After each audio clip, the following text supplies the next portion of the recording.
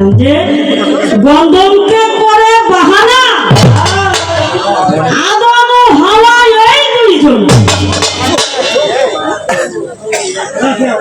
তাহলে এই গন্ধমটা মূলত কি? গন্ধম কি তার সন্তানেরা কি এখনো খায় না খায় না? কারা খায় কারা খায় না? ভাই বাপ পুতে মিলেই খায়। বাহ, এটাই কইছি। পুরো কুম্ভ সাগর আসল জায়গায় তো গেলেন না। সবাই গন্ধম খায় না, গন্ধমকে সাধন করে। গন্ধমের আবদ্ধ সবাই কিন্তু হয় না। যারা এই গন্ধমকে যারা নিজের আয়ত্তে নিয়ে গেছে তারাই কেবল মানুষ, আর যারা মানুষ নামের হুঁশ নাই তারাই কেবল গন্ধমে আক্রান্ত। এখন আমি একটু জিগাই,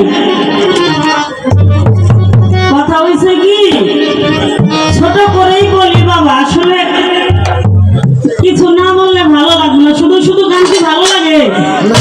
কিছু বলি। এক লোক হইল অন্ধ, এরপরে নাই আর কোনো জায়গা বাড়ি, খাই রাস্তায় ভিক্ষা করে। এমন কোন দিন নাই যে ওই আল্লাহরে সে না বকে। তো একদিন জিবরাইল ফেরেশতা বলতেছে, মাওলা তোমার এই বান্দা তোমার এত বকে, তারপরও কি তোমার একটু দয়া হয় না? একটু দয়া করো না, তাহলে তুমি যাও, তবে একটা জিনিসই ওরে আমি দিব, এর বেশি কিছু দিব না। দেখো কানা, আল্লাহ পাক আমারে পাঠাইছে, তোর কান্নাকাটি আমার ভালো লাগে নাই।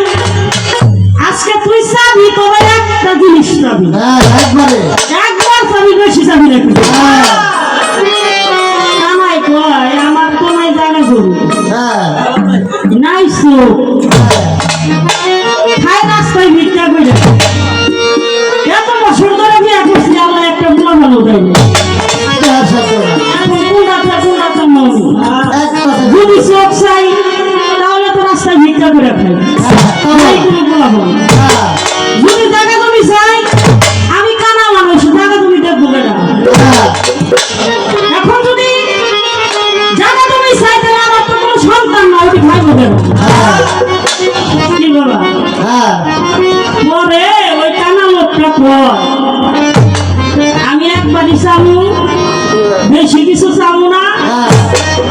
আমার বেড়ার বউ সোনার থালে ভাত দিব, ওই ভাত আমি 2 জনকে দিই থাকবো। আমার বুদ্ধি দেখছেন, মানে পুরা মনে চাইল স্বর্ণের থাল, মানে রাজা বাদশা ছাড়া তোর স্বর্ণের থাল পাইব না। কি বলো, তাহলে রাজা বাদশা বানাই করবো, 2 জনকে দেখা খাইবো ভাত, তাহলে তার চোখ লাগবে। সানোয়ার বাবার কথাটা ওই রকমই হইল, তাই না? আমার বেড়ার বউ আমার সামনের থালে ভাত দিব, ওই ভাত আমি 2 জনকে দেখা খাবো। ওই ফাতেমা বিবি পাইলেন কই? আমি কিন্তু বলছি মা ফাতেমা বিবি, অনেক বললে তার নামে কিন্তু নামের সাথে এই বিবি শব্দটা, মা ফাতেমা বিবি শব্দটা উল্লেখ আছে। জগতের জননী মা ফাতেমা, আমরা তাকে জননী হিসাবে ডাকি, মা কিন্তু আগেই বলে দিচ্ছি। এর কোনো কথা না, এখানে ব্যস্ত করার কারণ এটাই প্রশ্ন, এটাই প্রশ্ন হয়ে গেছে। এখানে ব্যস্ত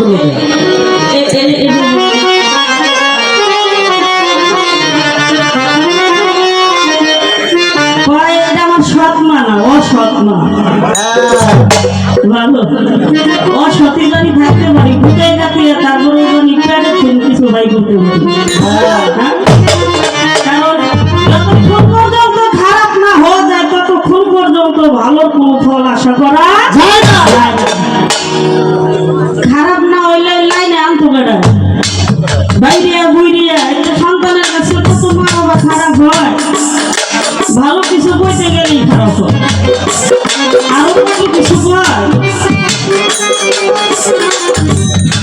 বন্ধ অনেক চমৎকার ভাবে জবাব দিয়েছেন। এখন বলতেছে লা ইলাহা ইল্লাল্লাহু, এটা 12-12-24, বাহিরে 12 ভিতরে 12, এটা দমের যে সাধনা, এই দমের সাধনা কি টয়লেটে বসে করা যায়? না করলে কি আর বাঁচবো নাকি? হাবা নিয়ে ধরবো নাকি? তোমার ওই যে তুমি আমার কইলা না যে অসৎ মা, তোমার মুখে এই কথা শুনবো।